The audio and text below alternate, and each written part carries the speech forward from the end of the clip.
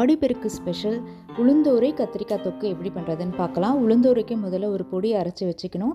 ஸ்க்ரீனில் தெரிகிற இன்க்ரீடியன்ஸை நீங்கள் ஸ்க்ரீன்ஷாட் கூட எடுத்து வச்சுக்கலாம். அது எல்லாத்தையுமே நல்ல பொன்னிறமாக வறுத்துட்டு அது கூட ஒரு 3-4 கருவேப்பிலையை சேர்த்து பொடி அரைச்சி வச்சிடலாம். கொஞ்சம் திருன்னு அரைச்சிக்கணும். திருப்பியும் அதே மாதிரி 1 டீஸ்பூன் நல்லெண்ணெயில் கடுகு, உளுத்தம்பருப்பு, கடலைப்பருப்பு, வேர்க்கடலை, பெருங்காயம் அது நல்லா பொரிஞ்சதும் அரைச்சி வச்சுருக்க பொடி, நல்லா உதிரலாக வடித்து வச்சுருக்க சாதம், தேவையான அளவு உப்பு சேர்த்து மிக்ஸ் பண்ணிட்டோம்னா சூப்பரான உளுந்தோரை ரெடி.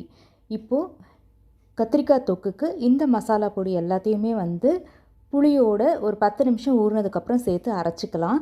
கத்திரிக்காய் இந்த மாதிரி ஸ்லிட் பண்ணி வச்சுட்டு எண்ணெயில் அதை முதல்ல வதக்கி எடுத்துருங்க. தேவையான அளவு உப்பு சேர்த்து அதுக்கப்புறம் நம்ம அரைச்சி வச்சதை அதில் சேர்த்துட்டு வேகிற வரைக்கும் மூடி போட்டு எடுத்தால் கத்திரிக்காய் தொக்கு ரெடி ஆகிடும்.